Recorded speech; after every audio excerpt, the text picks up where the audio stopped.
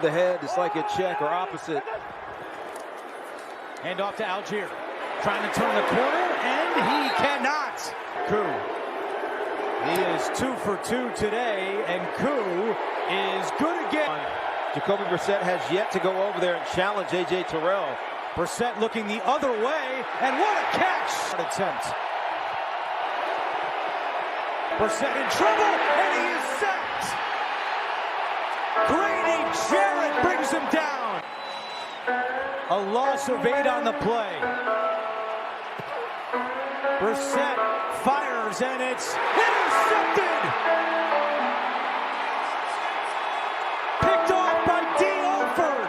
Hello from Atlanta and Mercedes-Benz Stadium, and I'm afraid to say it again, but it happened again.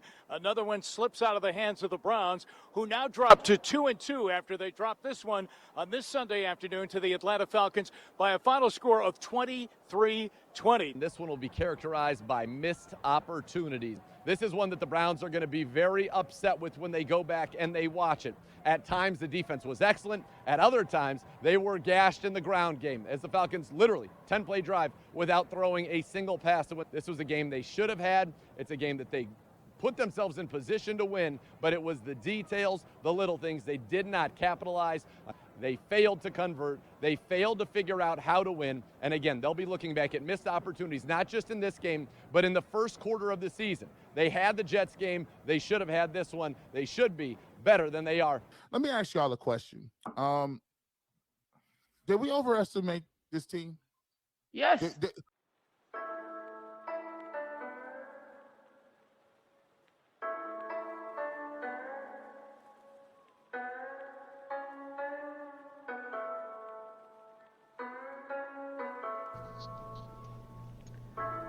Well, we gave that one away.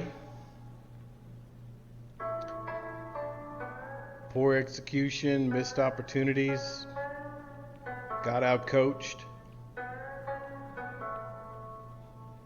Tough loss today on the road. Could have had it, should have had it. Welcome to the Roundtable Reacts. My name's Matt, aka Sir Knight. Let's get into it.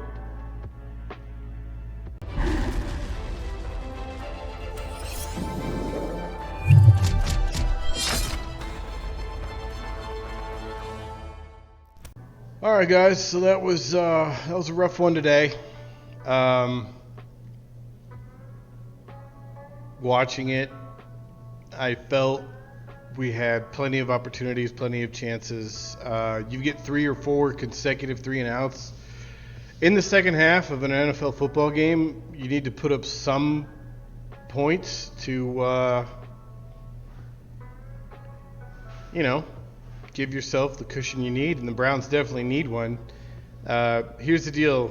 I've heard this said before many, many times, that we play down to our competition. Honestly, with Atlanta, I'd say right now as the lineups are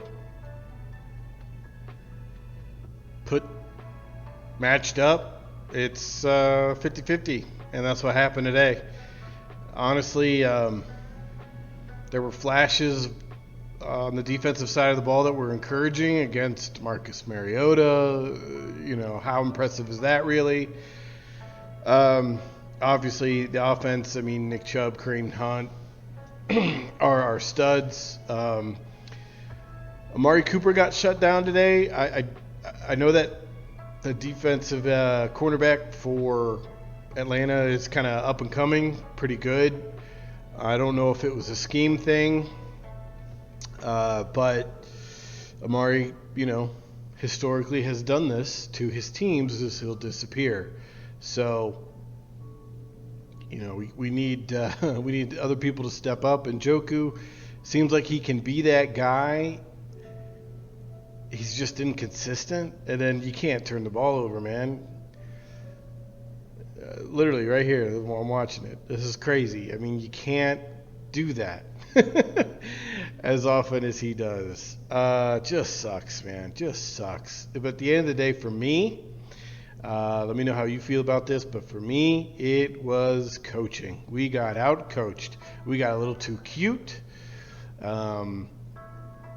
We did not make adjustments as were needed, and bit us in the ass.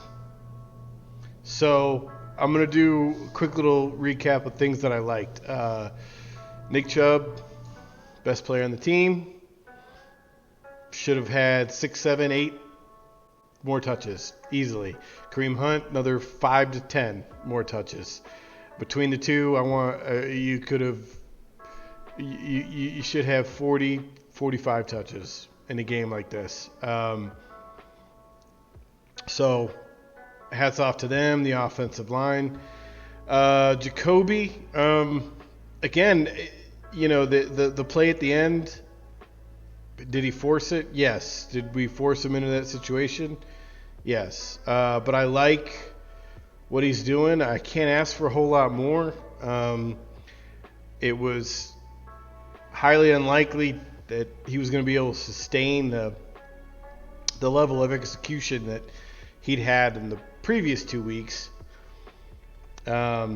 which is why that Jets game just really sucks, man. I mean, the guy did everything right, almost did everything right today, and it just wasn't enough. Another blown coverage, gotta clean that shit up. I don't know what the deal is there. I've watched a lot of other football games. I have the Sunday NFL ticket, and when the Browns aren't on, I'm on the red zone, so I can get 4 or 5 games at once. And, they show everything, the big plays, obviously the red zone opportunities, and I just don't see any other team as consistently blowing coverages like we do. So it's really, really irritating. I mean, you'll see big plays where it's 50-50 ball and someone goes and gets it. And we left points on the field. Didn't like that at all.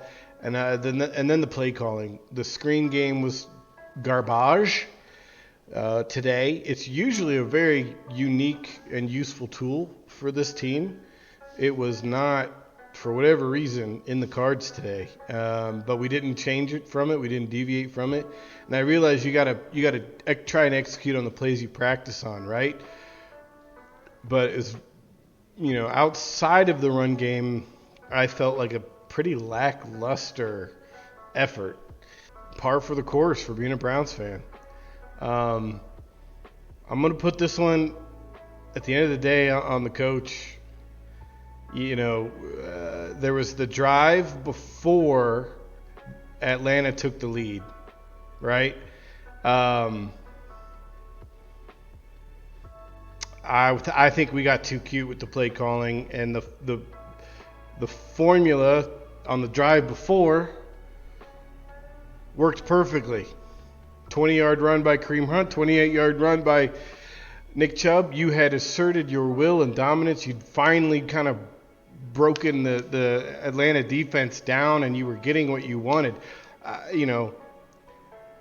Not every run was a banger, but you're getting 3, 4, 5, sometimes 6 yards a pop. I mean, that's an offense, and Atlanta did it to us. I've never seen that, what they did to us in that like 10, 11 play drive where literally they just ran. It was awesome. If you're one of their fans, it made me sick to my stomach. So, at the end of all this, my whole point is we are not that good. We have talent, but we're injured. Our coaching is subpar. Our consistency and execution on the field, I believe, is a reflection of that. And we're not healthy. I think maybe I said that, but and also, the elite quarterback skill set that we bought and paid for, everyone's bitching about in the NFL, is not available to us. So who's to say if Watson is on this team, if today goes any differently? I would like to think so, and we win this game. But he's not available, and he's not on the team right now. So what you do have is the best running back in the NFL the best offensive line in the NFL, with an extremely capable backup running back who could start for vast majority of other teams in the NFL. And they need to be your workhorses. They need to be the guys you rely on, because this defense has not shown me enough. I have no trust or faith in them right now. I don't know what it's going to take other than, not having Miles, not having Jadeveon, you could tell. And that's the thing, is like when you watch the other games and Miles has maybe a couple tackles and 1 sack in the first half and you feel like he disappears in the second half, I think what you got to remember is the fact that he's out there and he's drawing the attention of the offensive coordinator, of the O-line, keeping the tight ends in, that stuff matters. It all adds up, and we didn't have that today. I think that the road ahead is going to be really, really hard for Browns fans if we're hoping to have a shot at the playoffs. I mean, things have got to change, and it's really hard to do that in the NFL. I think that the tools are there. I think, we there's that play. I think if we run the ball more and ask Jacoby to do just a little bit less, I think that's the sweet spot. And we couldn't find that today. So we're 2-2. We are an average football team. Thanks for coming and checking out the channel. As always, there's a seat at the round table. If you enjoyed the video, hit that like and subscribe button. I certainly would appreciate it. And as always, go Browns.